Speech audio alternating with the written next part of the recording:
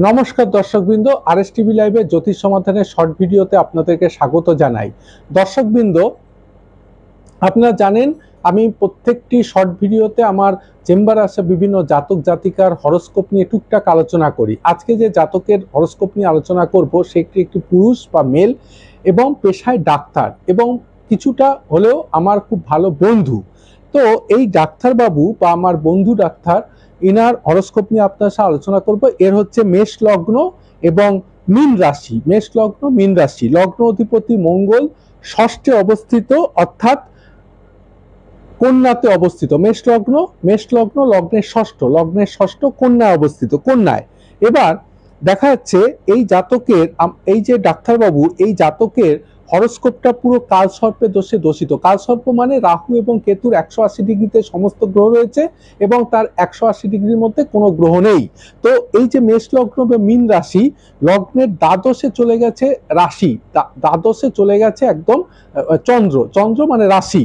তাহলে এর মাইন্ডটা, মনটা সবসময় চঞ্চল থাকবে, মনের মধ্যে একটা সবসময় একটা দুশ্চিন্তা থাকবে। এবং এদিকে মেষ, বৃষ, মিথুন, কর্কট, সিংহ পর্যন্ত কোনো গ্রহ নেই, তুলাতে কোনো গ্রহ নেই, বৃশ্চিকে কোনো গ্রহ নেই, মিনে কোনো গ্রহ নেই, মকরে কিন্তু বৃহস্পতি নিচস্থ, বৃহস্পতি কর্কটে তুঙ্গস্থ হয় এবং মকরে নিচস্থ হয়, বৃহস্পতি মকরে নিচস্থ। একাদশে রয়েছে রবি, বুধ, শুক্র অর্থাৎ কুম্ভর ঘরে, এবং দ্বাদশে মিনে রয়েছে চন্দ্র, শনি, এবং দুজনেই চন্দ্র এবং শনি দুজনে কিন্তু শনির নক্ষত্রে, অর্থাৎ পাওয়ারফুল নক্ষত্র শনির নক্ষত্রে রয়েছে। তাহলে এর মাইন্ডটা সবসময় চঞ্চল থাকবে এবং মনের মধ্যে একটা অস্থিরতা। কিন্তু এখানে প্রশ্ন থাকতে পারে যে তাহলে এত যদি এবং তার পাম বা হস্ত আমি বিচার করেছি, সেখানেও দেখেছি যে হস্তরেখাতেও কিন্তু খুব একটা ভালো যোগ বা ভালো কিছু যে একদম সুন্দর সেরকম কিছু পাইনি। তো এই ক্ষেত্রে তাহলে বোঝা যাচ্ছে যে সে ডাক্তার হলো কি করে। আমারও মনে একটা প্রশ্ন ছিল বাদ দিয়ে।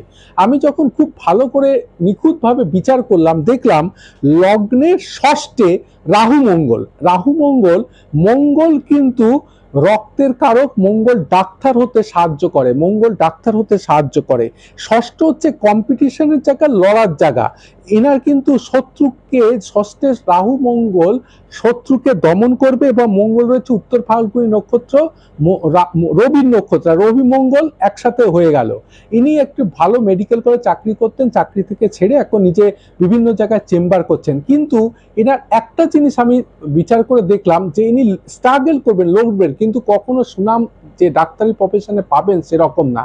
যাই হোক, এরকম ক্ষেত্রে তাকে আমি কিছু প্রতিকার দিয়েছি। এরকম হলে আপনারাও আসবেন, আমার সঙ্গে যোগাযোগ করবেন। নমস্কার, ধন্যবাদ।